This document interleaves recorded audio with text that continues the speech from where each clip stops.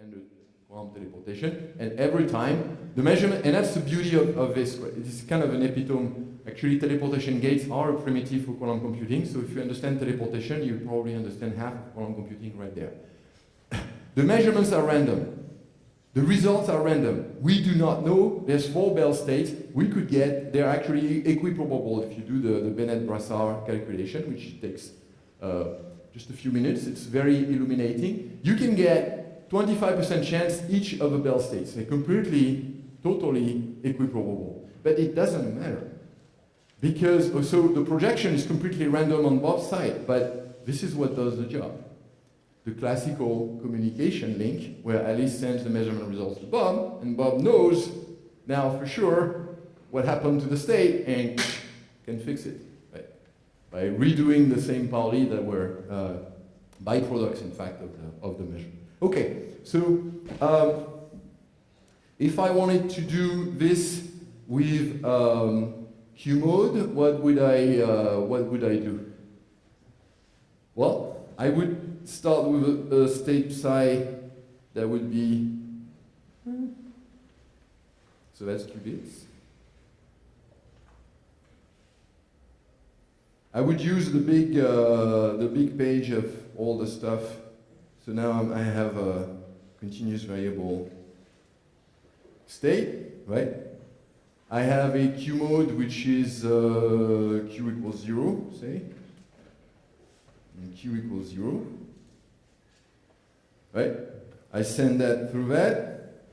Then the Hadamard is replaced. You remember what is the equivalent of a Hadamard for a Q mode? Fourier transform. Fourier transform. So if I take Q equals 0, which is an infinitely squeezed state, right? That's why Q is perfectly defined and P is completely random, infinitely all the values, so it's not physical, but it's okay. We're doing math, I don't have to do physical math. Not being a theorist, things are very simple for me. When I do math, I don't have to be physical or anything. I can barely do math, so it's like, let's not mix everything. It's okay. So if I Fourier transform Q equals 0, what do I get? Yeah. Right. P equals 0. So now I had the amplitude eigenstate, I get, and so now I can do a control X on that one, which is exactly what the C0 is. And so I could calculate what this is. So this guy is sum of a dq of all q's. That's qubit 3. I don't know if you can see anything there. No, right, bigger. That's qubit 2 here. And so here I have q equals 0, 2. So in, I have q equals 0 for q mode 2, p equals 0 for q mode 3. I can write them in the same basis, right? Which is the q basis, computational basis. So q equals 0 for q mode 2, and sum over all the q's of all the ket q's for q mode, and I'll call that q prime maybe. Q mode 3. Make sense? That's the Fourier transform, but since it's the p equals 0 state, the phase factors are all 1. Okay. And I can write for reference that p equals, I like to put one, e to the I p q q dq. Yeah. Okay, so if I do that, then I apply the CZ gate, the CX gate. And the CX gate is going to be what? It's going to be e to the minus I q2 p3. So x is a shift in a q basis. It's a flip, right? X is a bit flip, so it's a shift in a q basis. So it's e to the minus ip, and it's conditioned by the value of q, computational basis, on qubit 2. So I apply that thing on that state, and so that gives me trouble. because I have. I'm gonna take it different from 0 then.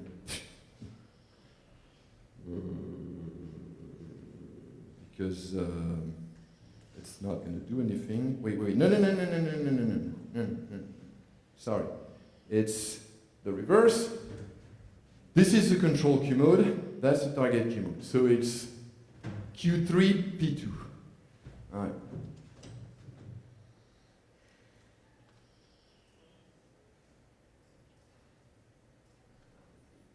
Okay.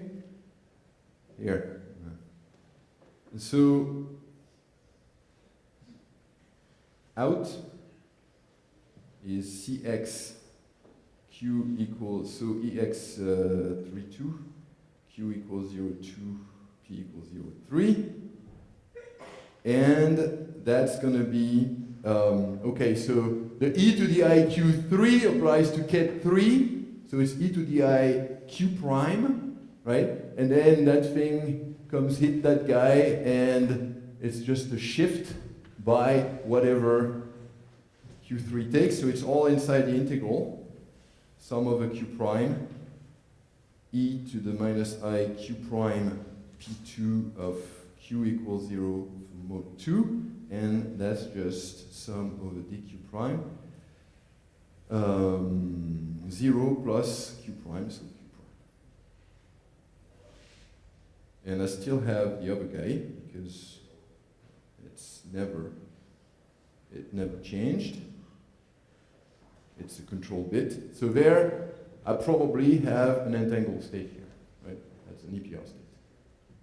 So that's good. So you see that it works like that, the same way. And so here there is a Q measurement. This is a Fourier transform. This is an inverted. So it's an EPR basis measurement. Here we're going to have to do, instead of X and Z, which is bit flip and phase shift, we're going to have to do amplitude shift and phase shift, displacements in phase space of Q mode. And at the end of the day, you're going to get that.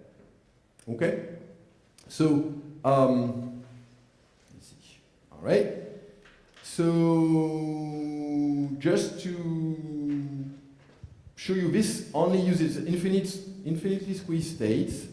And I'm going to stick with that for a second. It's all back in the first lecture where I had that big printed sheet with all the Q-bit column and the Q-mode columns and all the correspondences. So I'm using that here. Right? So whatever I do with Q-bits is an example. I can translate that with Q-mode. Then you can tell me, yeah, but you're not going to use infinitely squeezed state in the lab. You told us so yourself. So what's going to happen when you use finite squeezing, because it's like not as clean? I said, yeah. It's true, so I'm going to show you what it does. But first, I want to show you, talk to you about cluster states. So we're going to shelf this, put it in the corner of your memory, and make some room for a brand new act in the thing, which is cluster states. Because teleportation with cluster states is even more compact. And then, as I told you, teleportation is just like a very basic but essential quantum computing procedure, so it's going to be, in fact, very significant. So I'm going to show you what cluster states are. So now we're going to, forget about teleportation for a second, go to cluster states, which means I have to switch to the other computer. Hopefully that will work.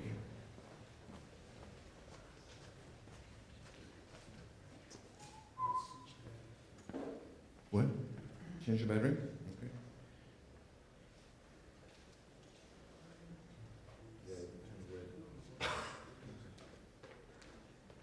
Yes.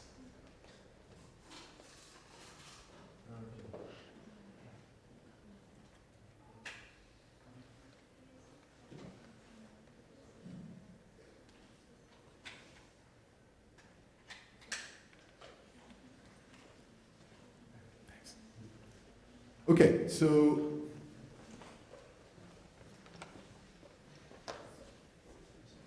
far so good. So you can admit that even if you don't remember everything, like, oh, Q mode, Q bits, how does that work? There's a correspondence between the two, and things make sense, right? So there's a language, it's equivalent, and you can use you can formulate a quantum circuit over Q mode exactly the same way it's written over Q bits. Then you'll have to look at quantum error correction and things like that, and people have looked at that. I won't go into detail. I just want to show you, give you a sense of how things work. Now, why do I talk about cluster states? Because cluster states are a different way of doing quantum computing. It's completely equivalent to circuits, you know, CNOT gates and stuff like I showed you. But the difference is that when you do quantum optics over continuous variables, you can get positively gigantic cluster states. And it's not a promise, it's an experimental reality over, on several continents. And so there's a 6-mode cluster state in Sao Paulo. We don't know it yet, but we're going to tell them soon. and there's some cluster states in North America, in Asia, in Europe, Australia. So that's 4 continents. And so this is, okay, so what is a cluster state? So remember my circuit, I had a bunch of zeros, zero logic, qubits again. Okay. Cluster states are not a continuous variable thing. They're a qubit thing. They were invented for qubits, people sometimes because nobody does them. And people sometimes say, oh, it's a continuous variable concept. And no, it's not. It's a qubit concept. Continuous variables just can translate into continuous variable as well as anything else. Okay, so qubits. So these are qubits, and I put them in plus. Okay, we just went over what plus is.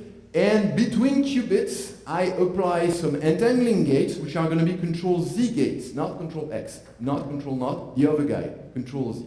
Okay, what does that do? So you should know that, and we want a square grid lattice, and then there'll be a quantum computer. So they commute with each other, so the order in which you apply them doesn't matter. And what does that do? Well, if you take 2 qubits, ignore the rest, and just put a CZ between them. This is what it does. This is plus and this is plus. You spare me the square root of 2. And I expand the plus. And then when I put, there's a plus there. But then when I put the CZ gate, if control bit is 1, target bit is shifted by minus, phase shifted by pi, if it's 1. Right? So only that guy changes. Now, once you've done that, you've done some damage because that thing doesn't factor back. You try to factor it, you can factor 0, you're going to get plus, and then 1, you're going to get minus. Or you can also write it like that. So, what is it? It's a Bell state that has been hit by a Hadamard on half of it. Does that matter for entanglement? No. Right? Anything that's entangled, you apply, like Yelena talked about LOCC, right? You apply local operations, local unitary on an entangled state, it's not going to change the entanglement. It's not going to create entanglement, it's not going to destroy entanglement. If you want to create entanglement between 2 things that are in the tensor product, in a separable state, they're going to have to interact, which means there's going to be some spin, some beam splitters, something that's going to happen and going to make them talk to each other. Okay? And even like that, it's not always going to put them in an entangled state, but there's, so for example, if you have a spin-spin interaction between 2 spins 1/2, and the resulting spin state is spin equals 1 with projection plus or minus 1, that's a product state. It's up, or down, down. Okay. But if you have a projection of a spin 0, then you have up, down, plus or minus, down, up, depending if the total spin is 1 or 0. So here we've had the CZ gate, and we make an entangled state. And now if you can write the same way, you write, you know, all the guys in the plus state, and you write all the CZs, and you start writing this thing. And unlike the GAZ state, for example, GAZ state has all zeros plus all ones, it's two terms, super easy. That sucker here has 2 to the n terms. It's horrible, right? You can see already here, that thing in a computational basis has 4 terms for 4 states. Right? You can write it, you can compactify notations a little bit, but it's a little bit. So in general, it's a big state to write, but that state allows you to do quantum computing. So that's something that Hans Brigel and Rauschendorf, there was 2 PRLs the same year. Brigel and Rauschendorf say, oh look, cluster states, they're cool. It's like, why are they cool? Because unlike if you have a GAZ state, which is all zeros plus all ones, and you measure 1 over qubits in a 0-1 computational basis, what happens? what can happen? You measure one of the qubits, right? They're in a GZ state. It's all zeros plus all qubits 1. Kind of cat alive, cat dead thing, right? Measure one qubit, one atom of a cat. Right? And you want to know, and you're going to know because you're doing a strong measurement in a 0-1 basis. So what's going to happen?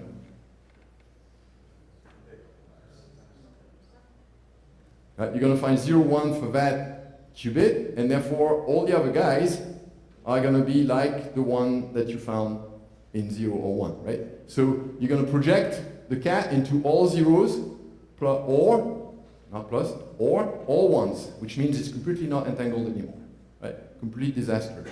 Very, very fragile kind of state.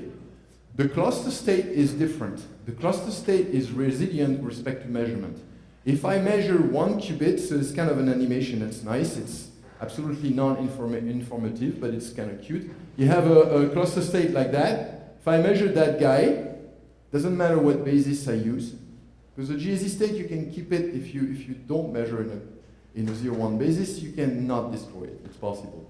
But the cluster state doesn't matter. You measure that guy, you're going to disentangle from the rest, but the rest is going to stay entangled. It's going to change based on measurement result. Think teleportation, right? You're doing something, then Bob's side changes, but the entanglement is going to stay. So then you can hit another guy, measure it again. And then you can see that you can do something. And in fact, just by measuring, depending on what basis you decide to measure in, you're probably going to change what's happening to the rest of the state, right? It's reasonable to think if you measure in 0-1 or plus minus, it's not going to do the same thing, right? These guys don't commute.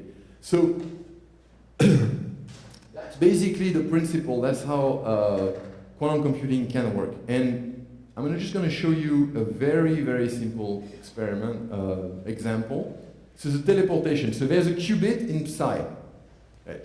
I'm putting a cluster state. I attach to it. This is a qubit in plus, and I put a CZ there. Okay? So I'll have it in the notes, so you can go step, and you can write it step by step. I have notes. I'm not going to go over that, but I do the calculation in notes, and you'll have that. Okay, so this is a CZ, right? So this is a psi 0, 0 plus psi 1, 1. This is 0 plus 1. I can do a CZ in there. It's easy, like barely more complicated than what I had before. And then all I do is I measure that guy. Measure that guy in a plus minus basis. Okay, so you have to, okay, you can rewrite this guy in a plus minus basis and see what happens. You're going to get a random result, right? Depending on the result, that guy falls into, so this is plus or minus, and M is plus 1 or minus 1, that's the eigenvalue here on the measurement, measurement result. And depending on what it is, there's a Z here applied and a Hadamard applied to the psi, right? But you know the measurement result. So you know everything that has happened to this guy, so then you can go and that's called a feed forward. You have to apply in this order, the Hadamard first, because Hadamard square is identity, and then the Pauli, if it's there or if it's not there, you don't do anything, to get rid of, clean up all that thing, and you get psi on the other side at the end. Right. So see, it's even more compact than teleportation. You don't need the Bell state, it's all there in the cluster state. The cluster state, if you can think of it as a quantum computing substrate, all the entanglement you will ever need for any quantum algorithm is all there just because of all the CZ gate network, right? And so it's kind of like, ooh, okay, so it's a lot of work to do that up front, but once you have that, you can hit all the qubits with any measurement in any basis. You do feed forward on the neighbors on the graph, and that's been proven, I'm not gonna, but you can implement the universal qubit gate set on that just by doing this, just by having cluster state. So the teleportation is a nice little example, including exponential speed up at everything. You just have to measure a bit, 45 degrees, you're good. Does that make sense? So that's kind of if it sounds a little bit mysterious, it's okay. It sounds mysterious to me even when I look at that. If you write the qubit states and you go through the thing, like you would do for teleportation, you can do the same thing for that. So I've done that in the notes. and it's actually somewhere, yeah. So another thing about cluster states are nice. You can decide what you do to them with measurements.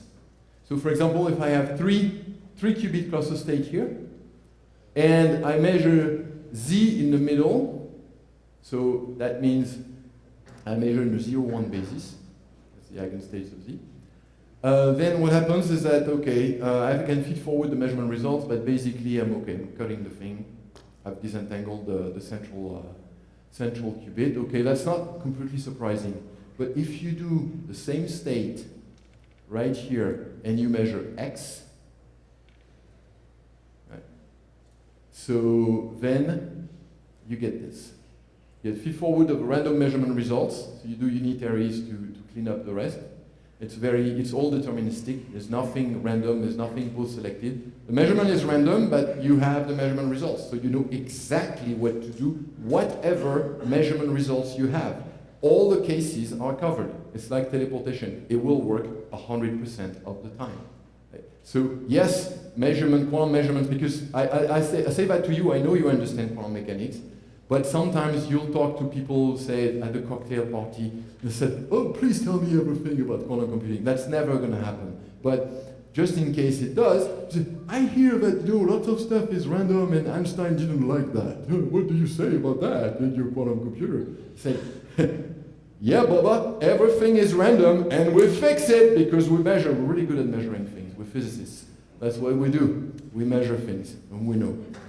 So you do that, and boom. So here it's called a bridging interaction. It makes a wire between those two guys. You can, and so you can do even more interesting. This is like one that forks like that, and of course, which qubit do I want to measure? That one here, right? I measure in the X Pauli spin along X, for example, X Pauli matrix operator, and I feed forward, and I get this.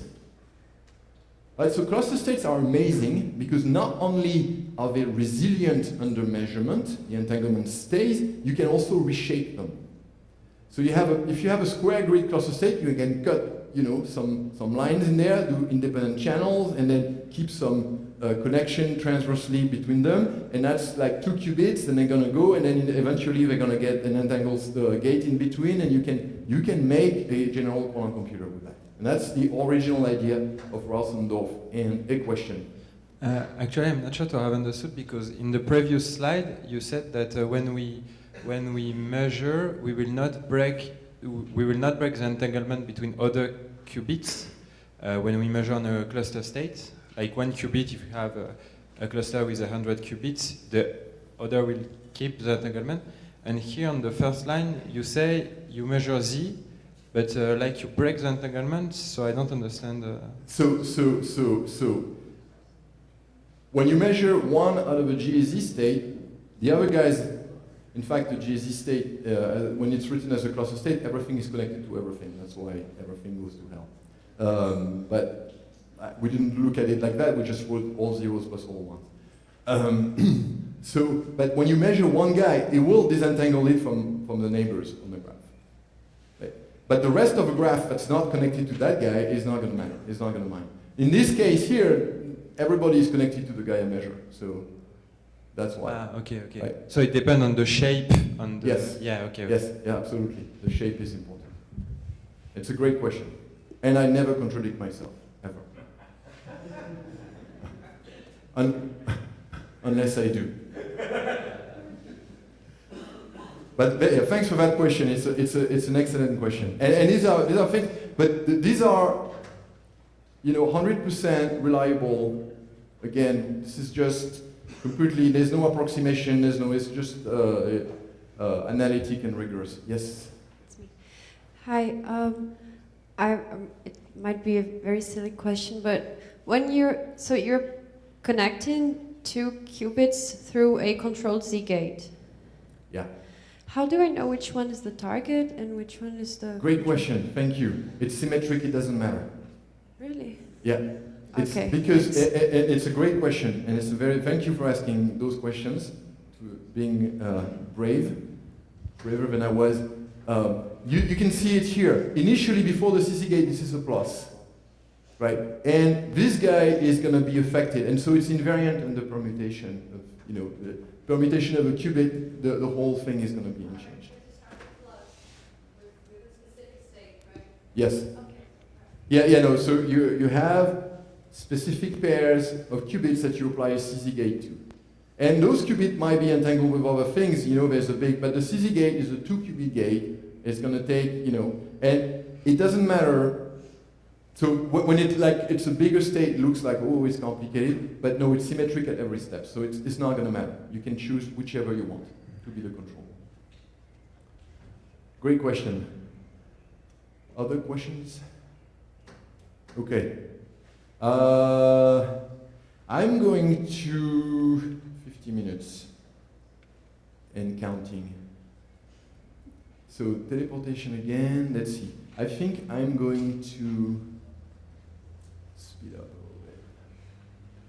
Not tell you everything about everything. Yeah, so the little teleportation cluster state thing, right? The plus state, the Hadamard state is like the phase eigenstate, and the CZ gate I have, you can see that I can do Q modes with that, and I can do the calculation. I'll put that in the notes, you'll have it. And I'll put in there the case when the Q modes are not in an infinitely squeezed state, but in a finitely single mode squeezed state. And with a finite squeezing parameter, which gives you the delta Q, delta P, right? E to the minus R, e to the R, and R is not infinite. And so the squeeze guy, L minus R, is not 0. Right? What does that do? Well, it does a convolution with a Gaussian wave function of a squeeze state. And so things get fuzzy a little bit. But if your squeeze state is squeezed enough, it's going to work to a point. And then if you want to teleport 20 times in a row, it might get old. Right? But there is a way to do quantum error correction over continuous variables. And I'll leave it at that. So yes, there are errors. Yes, the squeezing is not infinite, and therefore there's going to be some errors. I'll put that in a note. But people have figured out ways to quantum error correct, in which case these imperfections can be cleaned up completely. Right? And I'll leave it at that because it would take too long to go through this. I'm just going to show you now. Now I'm going back to the H graph. Now I've done my, we've caught up on teleportation and everything, right? So now I want to go to show you how we make big cluster states in the lab. And in my lab and in other labs in the world. And so first I want to finish a little bit the math, because there's two types of graph, right? There's the cluster graph that I showed you, right? Remember the cluster graph is a bunch of pluses with CZs in between, right? And then what's the other graph that we used? The Hamiltonian graph, the H graph. So the H graph is like, whoa, what was there again? It's like this, well, it was a Hamiltonian. So the cluster graph is a bunch of unitary CZ gates between qubits or Q modes in a given state. And the H graph is a Hamiltonian graph. Right? It's completely different.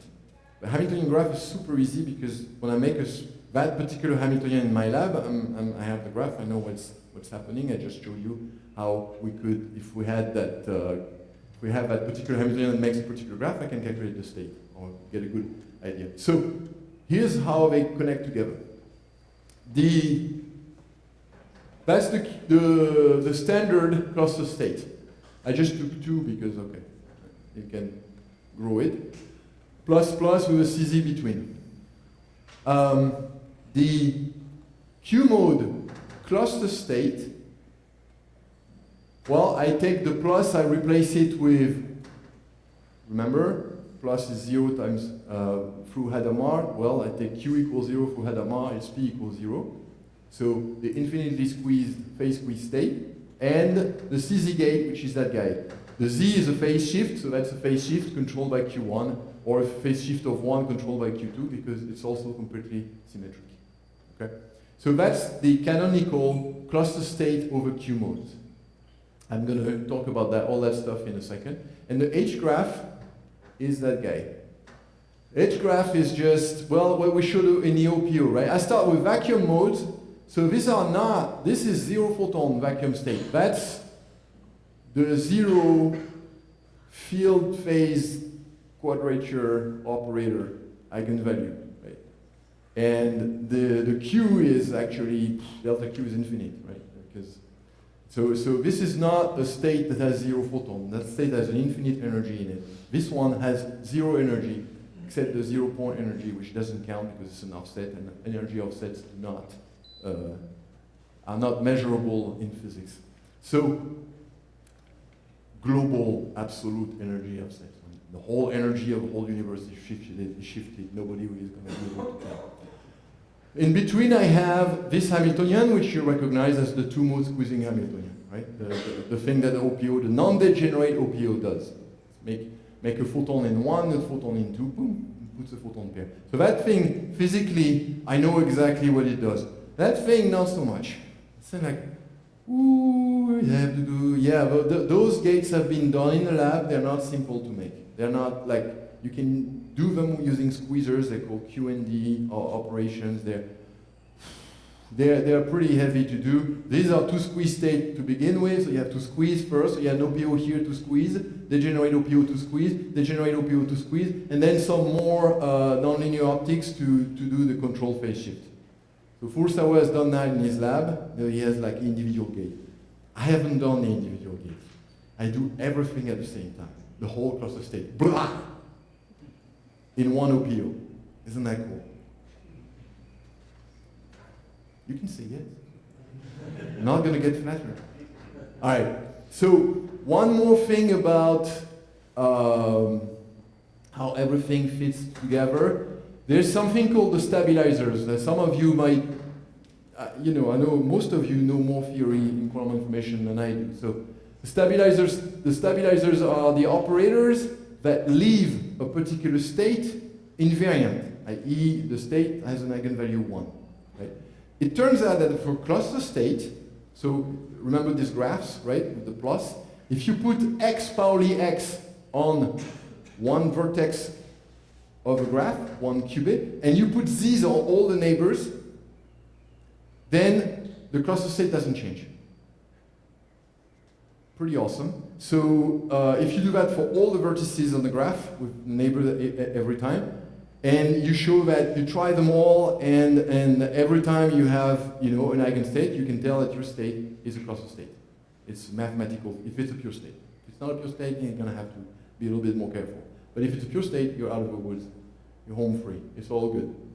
Well, there's stabilizers here as well, because x and z, they're defined as the amplitude shift and the phase shift. And so I can write them, but the Pauli group has this thing that is unitary and Hermitian for spin 1/2 for qubits.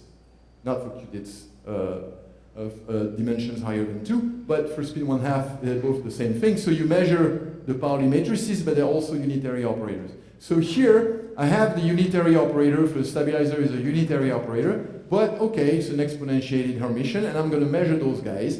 And if you write the product of exponentials, they're all different modes, so everything commutes, so Baker, Campbell, and Hausdorff are not bothering us. And you can write this as e to the minus I, pj minus sum of qk, right? You can write exponential of linear combinations. That linear combinations of p's and q's defines the cluster states, and that's what we have to measure in the lab. And then there's it's called the nullifiers. This is in matrix form, and that matrix here for all the possible Q modes that you have, and that matrix is the graph adjacency matrix. Right here I have the G matrix for the H graph, and we've seen before, that's a Heisenberg equation system. So that's how all the formalism work. It looks like it's complicated to relate. The question is G the same as A? Sometimes. Actually, there's a theorem, if G is self-inverse, it's the same as A. We've discovered that. In general, no. But there are connections between them, and we know everything we need, so we'll put some papers out. And Nick Menicucci, Stephen Flamia, and Peter van Loek have actually formalized continuous variable formalism for finitely squeezed states. So the whole story is there. And they found exactly how those two matrices, there is an analytic relationship between them. It's a pretty elaborate theory. So But the question has been answered. We know everything there is to know. So I can go in a lab here and work with my Hamiltonians and my OPOs and my setup and where I know what I'm doing and try to see what comes out of that. And so I'm going to give you an example. All right, let's see.